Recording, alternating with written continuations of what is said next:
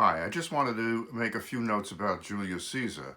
I know some of you really got interested in it, some of you didn't get too interested in it, but when we're dealing with literature of a really extraordinary kind, we want to notice that there are certain themes or certain motifs that go through the play.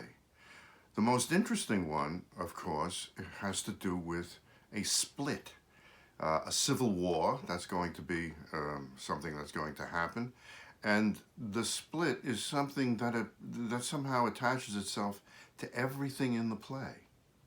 You might notice that, of course, with a civil war, there's going to be a division of sides. There's going to be armies fighting each other within the Roman Empire. Two Roman armies are going to fight each other at the end. But before we get that, we might notice that there is a certain split in the attitudes toward Julius Caesar. Now, most of you notice this.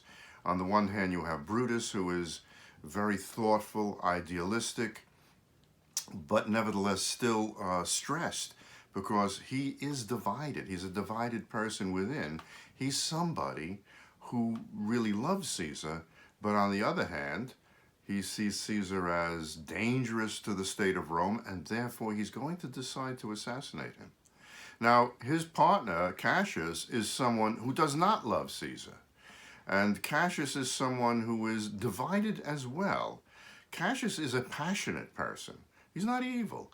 He's somebody, however, who acts not on his, you might say, not on his thinking so much as on his feeling. And that's not such a bad thing. However, when you get into a civil situation where you're going to kill somebody, that becomes very serious. But you might notice that whenever there's a decision to be made, once Brutus and Cassius get together, Cassius always gives way to Brutus. And guess what? Brutus is always wrong. Why? Because he's too idealistic. Cassius, on the other hand, is wrong as well for giving in to Brutus. Why? Because he's too emotional. He likes Brutus. He has respect for him. They're like brothers. But those two show the division between the head and the heart, and within themselves they show that as well. Now, when you get into the streets of Rome, you see the same problem. Here you have Brutus at the funeral oration being very logical, trying to appeal to the masses. So you have now the state or the senators trying to do something very rational, whereas they're talking to a mob, and a mob is never rational. The person who can talk to the mob is Mark Antony. Mark Antony, however, is not logical in the least.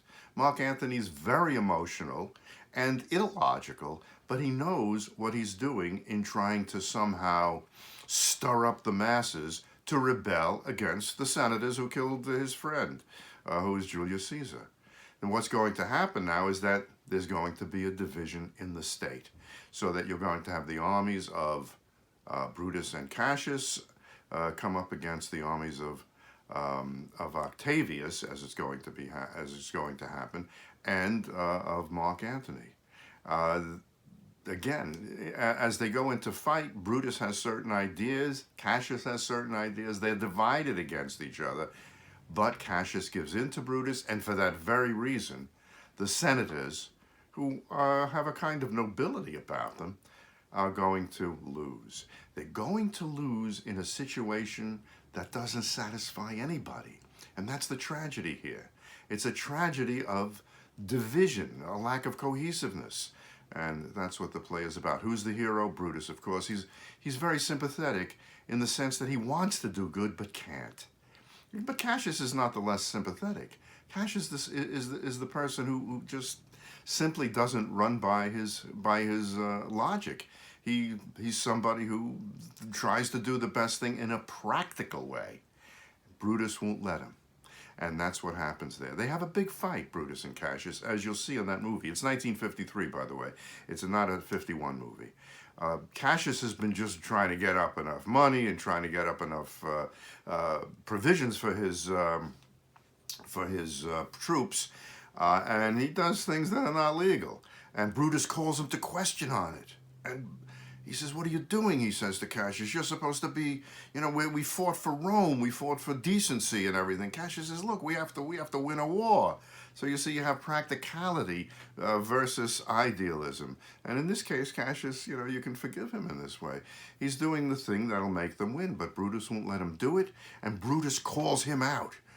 So they have this fight, and Cassius is almost left in tears until Brutus says, "All right, forget about it." Now, you might also notice that within the homes of Julius Caesar and of Brutus, there are wives who simply are destroyed by their relationship, so that even the homes themselves are divided. So it's an interesting situation here, and it's a theme that gives great moment, a great significance to the play. I hope you check it out again, see how you like it. You'll find this very interesting. All right, thanks. That's it.